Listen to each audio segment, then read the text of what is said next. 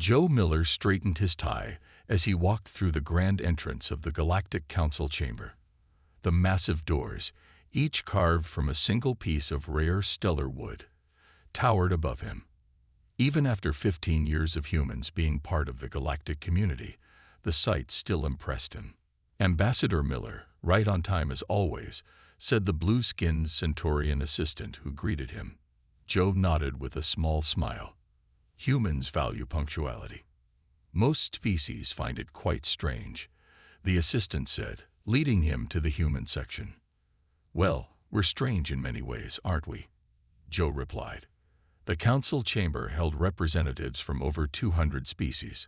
The room was arranged in rising tiers, with the most influential races seated at the bottom, closest to the speaking floor. Humanity, being relatively new, was seated near the top. Joe settled into his seat and opened his datapad. Today's agenda looked routine. Trade agreements, border patrol schedules, and requests for scientific cooperation. Nothing that suggested trouble. The council elder, an ancient Muldarian with skin like wrinkled parchment, called the session to order. The first hour passed peacefully. Joe even caught himself stifling a yawn as a Palaxian delegate droned on about mineral rights. Then the Vraxian delegation took the floor. The lead Vraxian, Ambassador Krek, stood tall and imposing. His scaled skin gleamed under the chamber lights, and his 4 yellow eyes scanned the room slowly. Esteemed council members, Krek began, his voice deep and resonant. We come before you today with grave evidence of treaty violations, violations that threaten the very peace we all cherish. Joe sat up straighter. The Vraxians were known for their military prowess and aggressive expansion, though they had been more diplomatic in recent decades. The species known as humans has violated our territorial boundaries repeatedly over the past 3 months. Krek continued. The chamber erupted in murmurs. Joe felt his heart rate increase. This was completely unexpected. Krek gestured, and large screens around the chamber lit up with images of human ships in what appeared to be Vraxian space. Joe frowned. Those images had to be fake. Earth Defense Command followed strict protocols about contested regions. As you can see, Krek said, pointing to the images, human military vessels have been conducting scans of our defense systems. This is clearly preparation for hostile action. Joe stood up immediately. Point of order. These accusations are completely unfounded. Those images must be examined for authenticity. The council elder nodded. The human objection is noted. However, the Vraxian delegation has already submitted these for verification, and our technical experts have confirmed their validity. Joe felt a cold sensation in his stomach. Something was very wrong here. Given the seriousness of these violations, Krek continued, and the obvious military intent, the Vraxian Empire formally requests council sanction against Earth. Joe expected debate, questions at least. But to his shock, the Alaxian representative immediately stood. The Alaxian Confederation supports the Vraxian position and seconds their request. Then the Novan representative rose. The Novan Republic concurs and suggests immediate action. One by one, major council races voiced support for the Vraxians. Joe watched in growing alarm as the situation spiraled out of control. The council elder raised his hand for silence. Given the evidence and the consensus of the senior council members, we must proceed to a vote on declaring formal censure against Earth. Censure? Krek interrupted. These are acts of war. We demand the council acknowledge this and act accordingly. The elder hesitated, then slowly nodded. Very well. The vote will be on a declaration of war. Joe couldn't believe what he was hearing. This had to be some kind of nightmare. The voting took less than 10 minutes. The result appeared on every screen in the chamber. Declaration of war against Earth. Approved. As the chamber descended into chaos, Joe slipped away to a private communication booth. His hand shook slightly as he established a secure connection to Earth Defense Command. This is Ambassador Miller, he said, his voice steady despite the circumstances. We have a situation. Back on Earth, Navy Commander Samantha Wright was enjoying her Monday morning coffee when the priority alert flashed on her screen. She read Joe's message twice, then set down her cup with a sigh. "Well," she said to her empty office, "it looks like it's going to be one of those Mondays." Samantha Wright pressed the emergency alert button on her desk. Within seconds, screens around the Earth Defense Command headquarters lit up with red warning lights.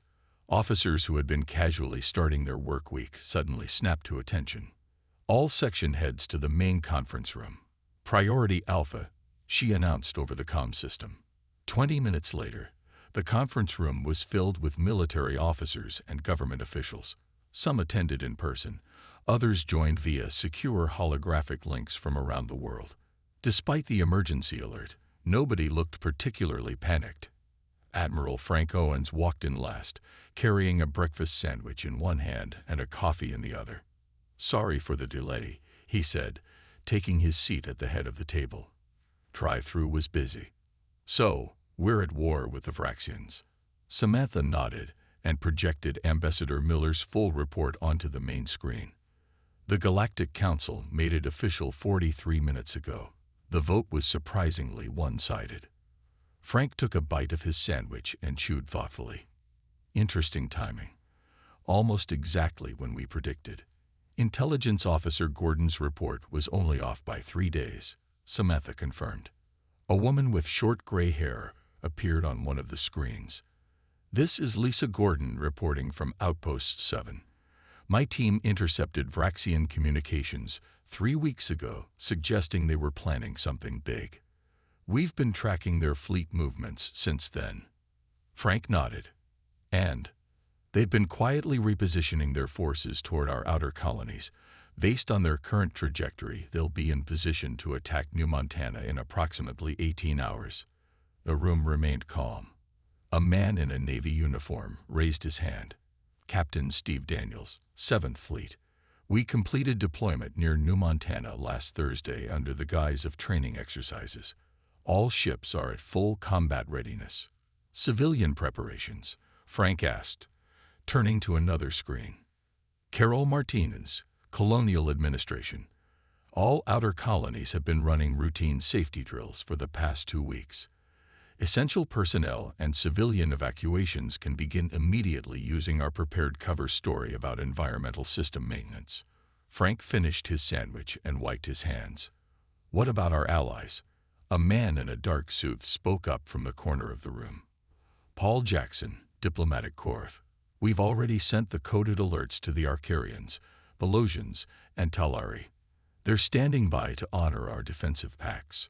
All 3 had already positioned their fleets based on our earlier warnings." Frank looked around the room. "It seems we're as prepared as we can be."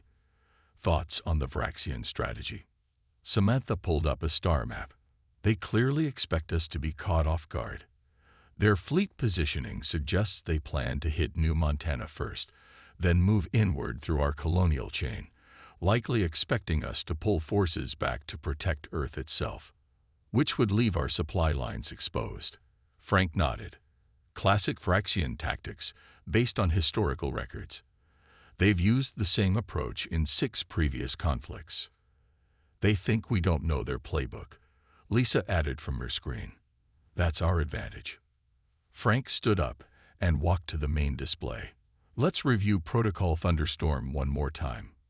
For the next 30 minutes, they went through the detailed response plan that had been developed months ago, when the first hints of Vraxian hostility had been detected. Each department confirmed their readiness. "The Vraxians and the Council expect us to be panicking right now," Frank said as the meeting concluded. "They expect diplomatic pleas, emergency broadcasts, and chaos. Instead, we'll give them something they don't expect: complete calm." "Should we issue any statement to the public?" asked Paul. Frank shook his head. "Not yet. Our citizens are used to emergency drills. For now, we maintain normal routines with elevated alert status. The Vraxians have spies watching for mass panic. Let's not give them the satisfaction." He looked around the room at Earth's defense leadership. "Ladies and gentlemen, The Galactic Council has declared war on humanity. The Vraxians are moving their fleets into attack positions. Our colonies are at risk." He paused and smiled slightly. "But for us, it's just another Monday." Samantha couldn't help but smile back. The humans around the room nodded in understanding. "Stations, everyone," Frank said. "The real work begins now." As they filed out of the conference room, Samantha checked her watch. Not even lunchtime yet, and Earth was already preparing its counterattack. The Vraxians had no idea what they were in for. The Vraxian command ship Dominant will drop out of faster-than-light travel at the edge of the New Montana system. Behind it, 30 warships of various sizes appeared in quick succession, their engines glowing ominously against the blackness of space. On the Dominant Wills Bridge, Fleet Commander Zex Thal observed the seemingly empty space before him with satisfaction. His 4 yellow eyes blinked in sequence as he turned to his second-in-command. "Any sign of human defenses?" he asked. The officer checked his instruments. "Nothing, Commander. Their colony appears unprotected, just as intelligence predicted. Primitive sensors detect only civilian ships near the main settlement." Zexthal's scaled lips curved into what passed for a smile among Vraxians. "These humans are as helpless as we thought. They've had no time to organize a defense. Begin the approach. Full invasion formation." The Vraxian fleet arranged itself into an arrowhead pattern and accelerated toward the human colony planet. New Montana was a small world, rich in rare minerals and strategic location. Taking it would give the Vraxians a perfect staging ground for attacks deeper into human territory. "Sir," his communications officer called out suddenly, "we're receiving a transmission." "From directly ahead." Zexthal frowned.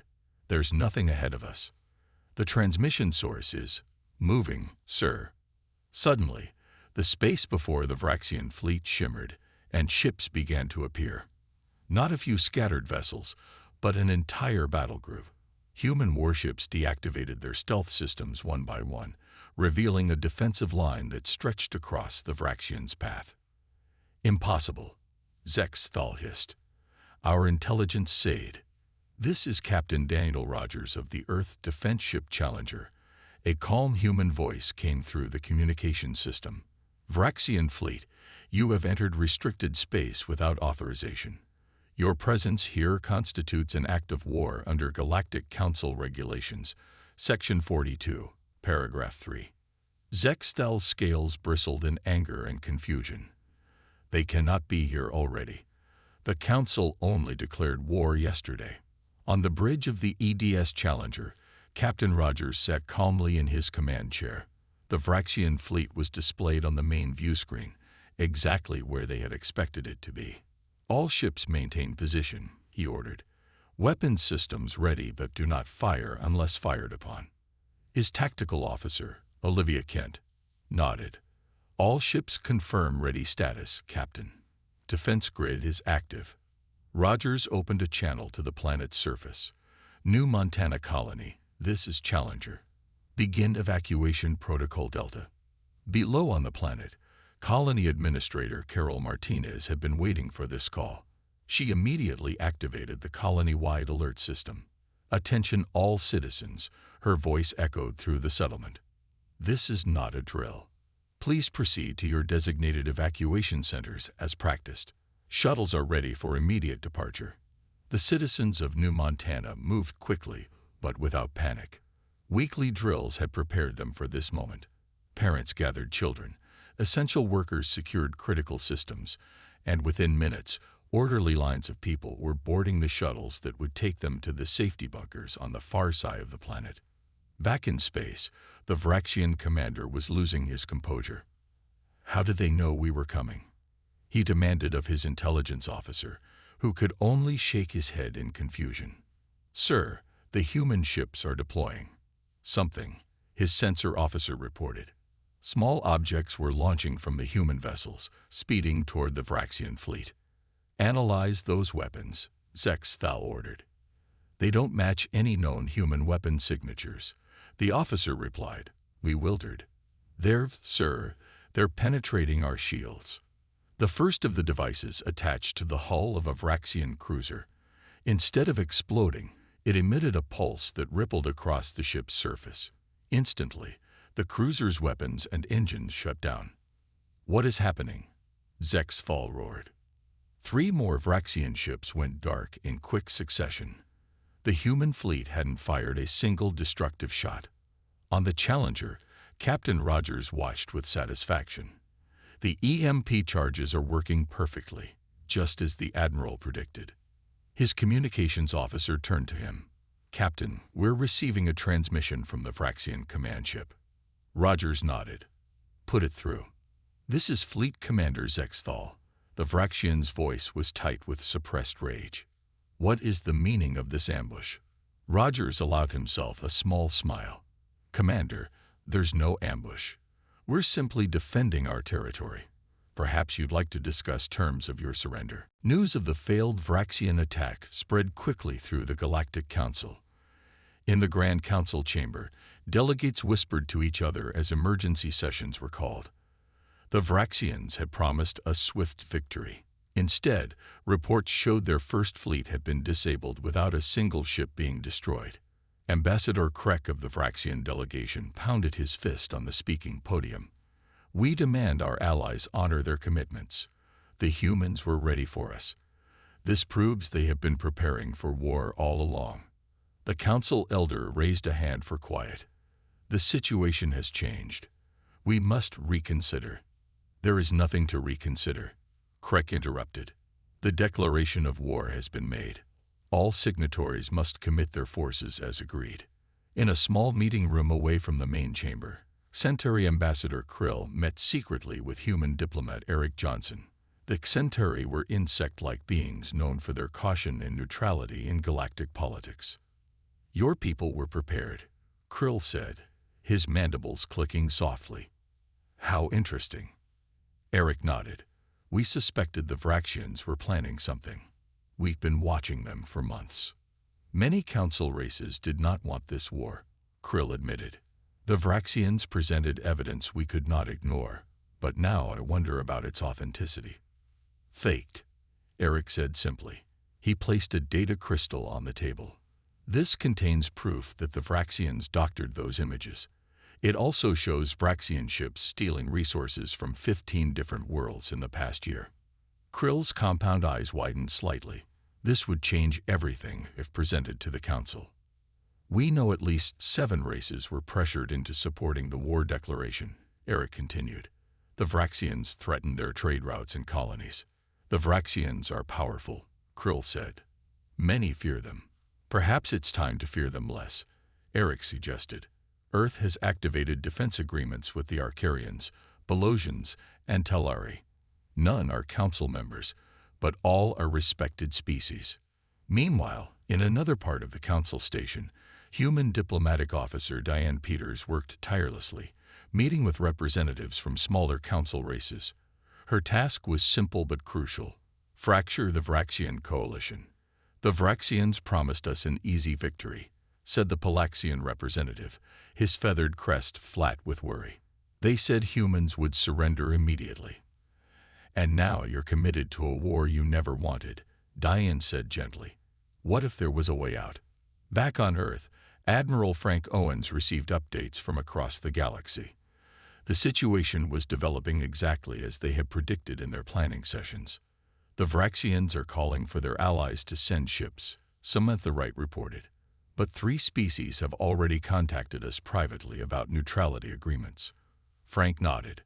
"And the Vraxian main fleet?" "Still gathering near their homeworld. Intelligence suggests they're planning a direct assault on Earth itself." "Right on schedule," Frank said with a small smile. "Are the special defense systems ready?" "Final tests completed this morning," Samantha confirmed. "If they come, we'll be ready." The door opened, and Lisa Gordon entered with a fresh intelligence report. "Sir, we've confirmed the Vraxians have lost control of 4 of their allied species. The coalition is fracturing faster than we anticipated." "Excellent," Frank said. "And our ambassador?" "Joe Miller has requested permission to return to the council floor with our evidence, Lisa said. He believes the timing is right to turn more delegates to our side. Frank checked his watch. It's Tuesday afternoon. Tell him to proceed. By Wednesday morning, I want the Vraxian coalition reduced to half its current size. Lisa nodded and left to send the message. Samantha looked at her admiral with admiration. You really expected all of this, didn't you? Frank shrugged. The Vraxians have conquered 12 species in the last century using the exact same playbook. They create a pretext, build a coalition, declare war, and overwhelm their target with superior numbers. They expected us to follow the same script as all the others. He smiled. They didn't realize that humans have been preparing for this day since our first contact with alien life. They picked the wrong species to underestimate, Samantha said. Indeed, Frank replied. For them, it's the greatest conflict of their generation. For us, it really is just another Monday. Well, Tuesday now. Vraxian Supreme Commander Zark Thul stood on the bridge of his flagship, the Eternal Dominance. Around him, the largest fleet assembled in Vraxian history prepared for the attack that would end this embarrassing conflict once and for all. The humans have made fools of us, he growled to his officers. They were ready at their colony. They are turning our allies against us, but they cannot be prepared everywhere. He pointed to the holographic display showing Earth. Their homeworld is the key. We will use the forbidden jump technique. No defense can stand against a fleet appearing directly in their atmosphere. His second-in-command looked concerned. The Council banned atmospheric FTL jumps after the Centauri disaster. The risk is necessary, Zark Thul interrupted. Prepare all ships. We jump in 3 hours. On Earth, the morning sun shone over New York City. People walked to work. Children went to school, and cafes served breakfast. The only unusual sight was the occasional upward glance from citizens who had heard rumors about possible alien ships. In Central Park, a jogger named Pete Harris stopped his morning run to check his phone. The news alert confirmed what military friends had told him yesterday. Earth was officially at war. He looked at the clear blue sky, shrugged, and continued his run. Deep beneath the city, military officer Greg Patterson sat in his underground command center. Screens surrounded him showing similar centers in cities worldwide. All reported green status. Orbital sensors have detected Vraxian fleet movement, reported his assistant. They're gathering for a major operation. Greg nodded calmly. They're going for the dramatic entrance. Alert all city shields to standby mode. Keep them powered but hidden until my signal. In the Pentagon, Nicole Taylor reviewed final checks on the defense system she had helped develop. 3 years ago, she had been part of a covert team that captured a damaged Vraxian scout ship. By reverse engineering their technology, she had discovered both their strengths and their critical weaknesses. Their shields can't handle our particular frequency of electromagnetic pulses, she explained to Admiral Owens over a secure line. And they have no idea we know this. Frank Owens nodded on the screen. Are the weather satellites ready? Nicole smiled. All 320 of them. The Vraxians think they're just for predicting storms. Little do they know what kind of storm is coming, Frank replied. At 10:17 a.m. Eastern Time, it happened. The skies above major Earth cities suddenly darkened as massive Vraxian warships appeared out of nowhere. The forbidden atmospheric FTL jump had worked perfectly. Over 100 ships now hovered less than a mile above Earth's major population centers. In New York, people stopped and looked up. Some took photos. A few called family members. But there was no panic, no running, no chaos. This confused the Vraxian observers monitoring human reactions. On the Eternal Dominance, Zark Thul watched the calm human response with growing unease. Why aren't they afraid? They should be terrified. His communications officer turned from his station. Supreme Commander, we're receiving a transmission from the surface. From someone called Greg Patterson. Greg's face appeared on the Vraxian view screen. He looked remarkably relaxed for someone whose city was under alien warships. Vraxian fleet, This is Earth defense. You are in violation of Council atmospheric regulations and Earth airspace. Please withdraw immediately." Zark Thul laughed. "You are in no position to make demands, human. Your cities lie helpless beneath us. Surrender now or—" "Actually," Gray interrupted politely, "you might want to look around you." Across the Earth, hidden systems activated simultaneously. The weather satellites revealed their true nature as orbital defense platforms. From public parks, sports stadiums, and rooftops, concealed weapon systems emerged. And above each major city, the air shimmered as energy shields snapped into place, cutting off the Vraxian ships from their targets below. On his flagship, Zark Thul watched in growing horror as his ships reported being surrounded on all sides by weapons they hadn't detected. "Impossible," he whispered. "No species could have built such defenses without our knowledge." Greg's face remained on the screen, still calm. "You have 30 seconds to power down your weapons. After that, we'll be forced to demonstrate exactly how prepared we are for visitors like you." Zark Thul looked at his officers, who stared back with expressions of shock. The humans, his second-in-command, said quietly, "They were waiting for us." The Galactic Council chamber had never been so crowded. Representatives from every member species packed the tiered seats, with even more crowding the viewing galleries. The failed Vraxian attack on Earth was the only topic anyone could discuss. The Council Elder called the emergency session to order. "We gather today to reassess the conflict between the Vraxian Empire and Earth." Ambassador Krek of the Vraxians took the speaking floor, his scales darker than usual with anger.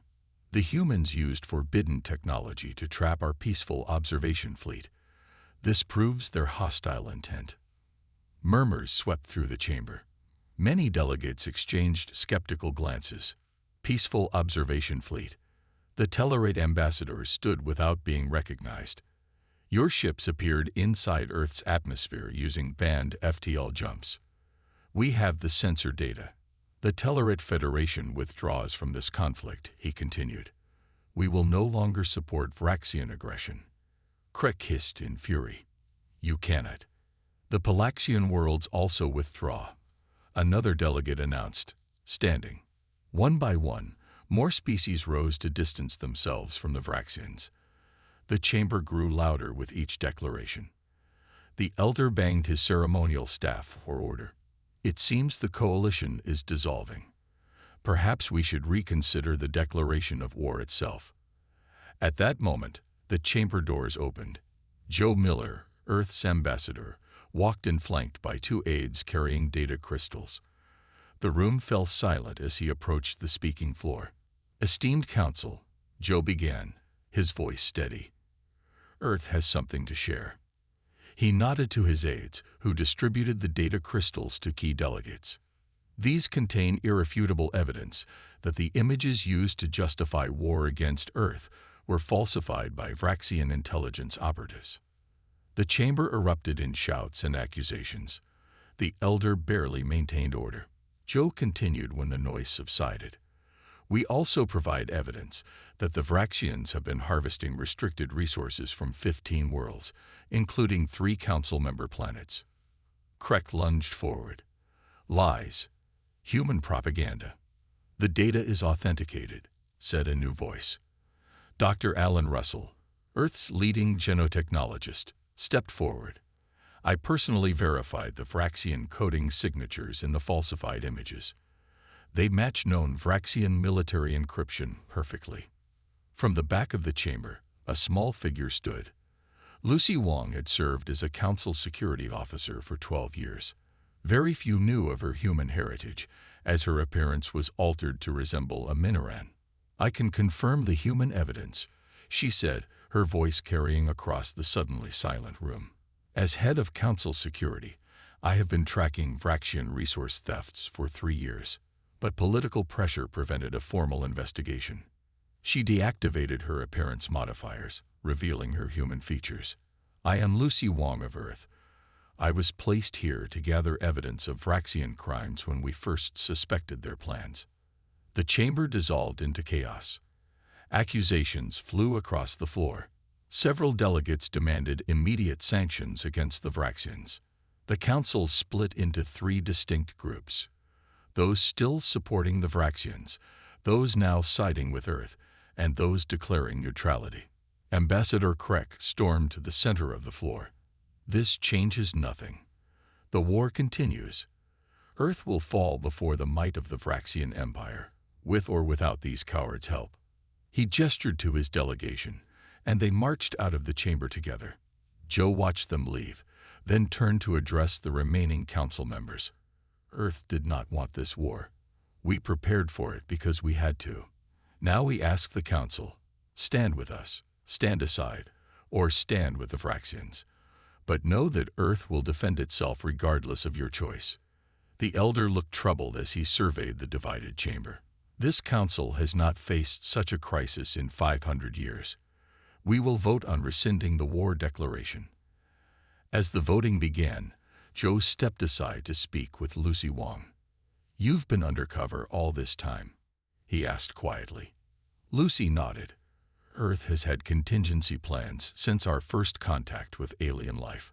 We hoped for peace but planned for war. It's the human way."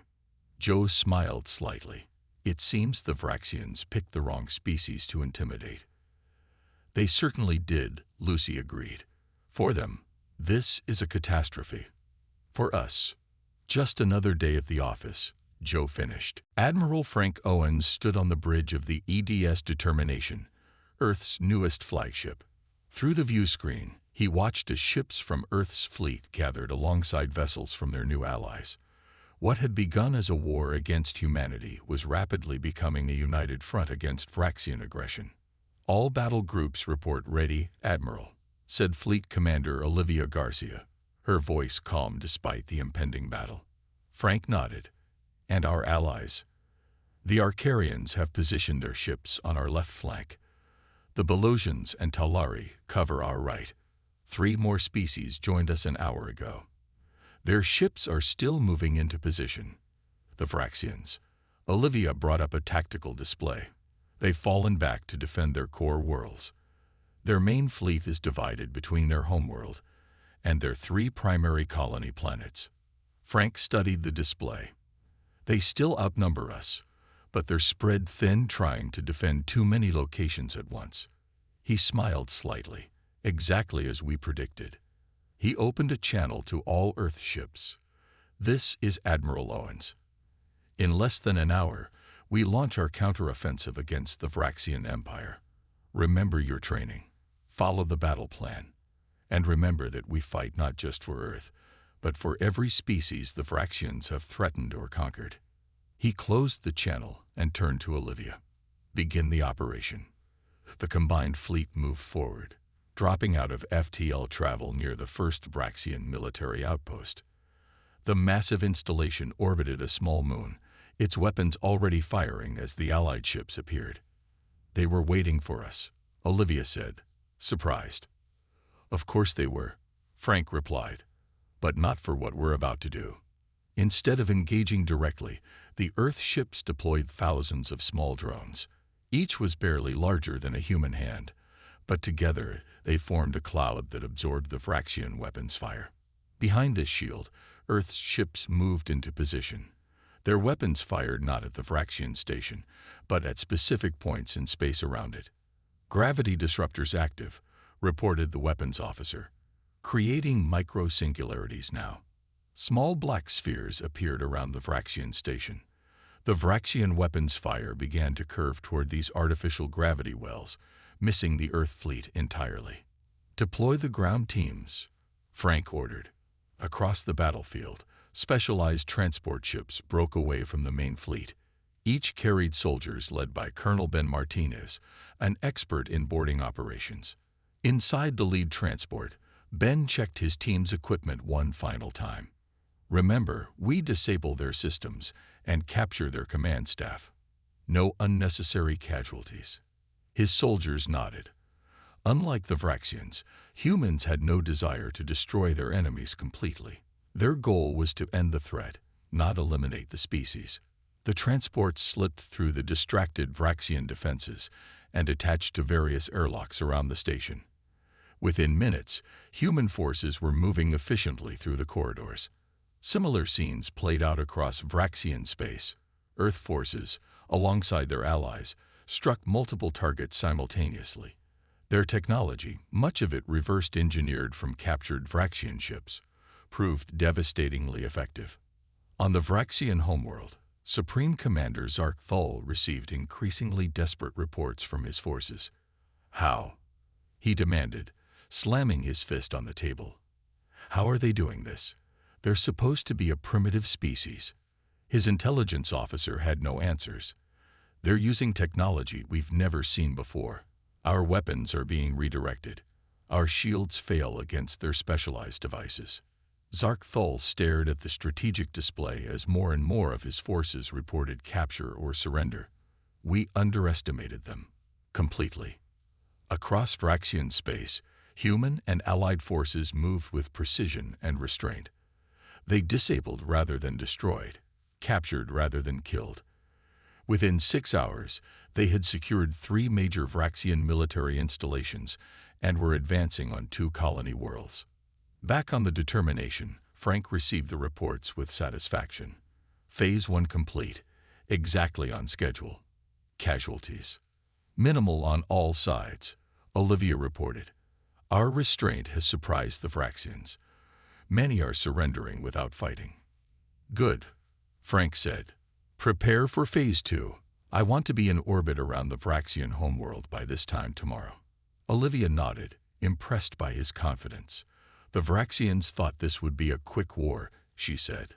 They were right, just not in the way they expected. Indeed, Frank agreed. For them, it's a catastrophe. For us, it's an efficiently run operation. He checked his watch.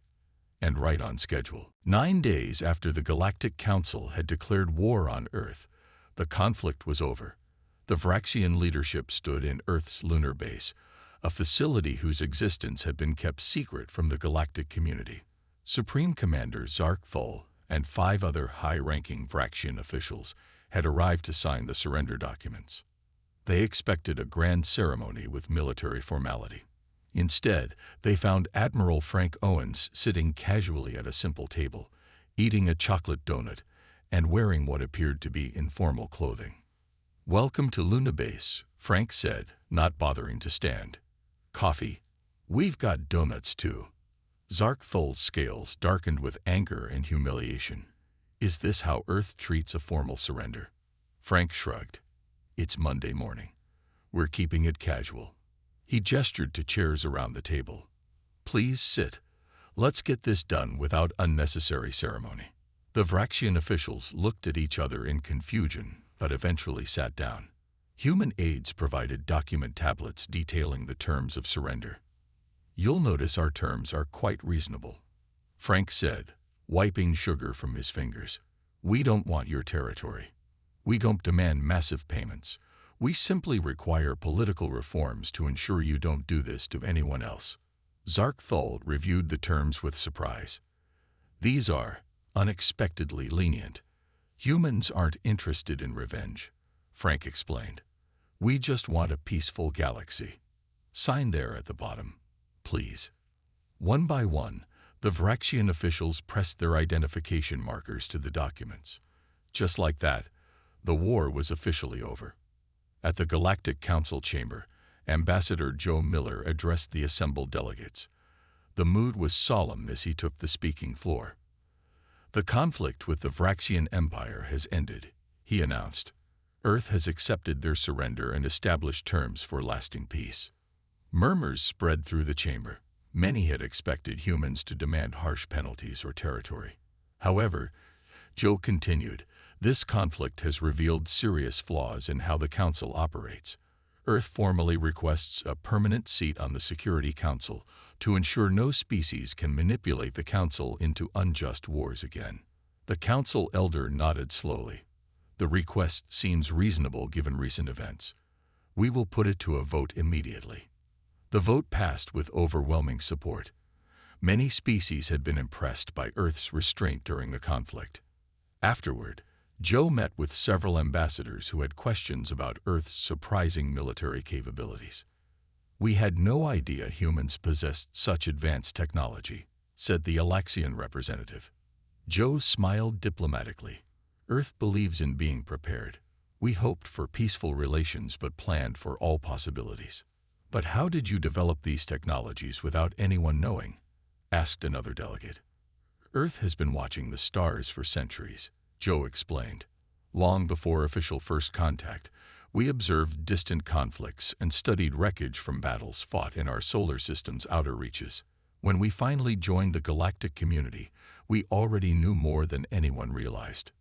Later that day, Joe and Admiral Owens met in a secure room at the Earth Embassy. "That was a close one," Joe said, pouring 2 glasses of celebratory whiskey. Frank nodded, accepting the drink. "Closer than most people realize. If the Vraxians had attacked 6 months earlier, before we finished the planetary shield system." "But they didn't," Joe said, "because humans have always been paranoid enough to prepare for the worst." "It served us well," Frank agreed. "The Council is already discussing reforms to prevent manipulation by single species. Our diplomatic teams report at least 6 previously hostile races now seeking alliance talks." Joe raised his glass.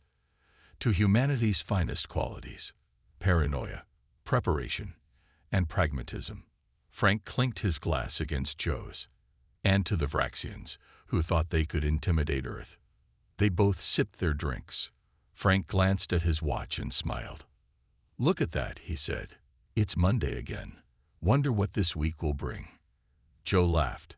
"Whatever it is, I'm sure we'll handle it." "Of course," Frank said confidently.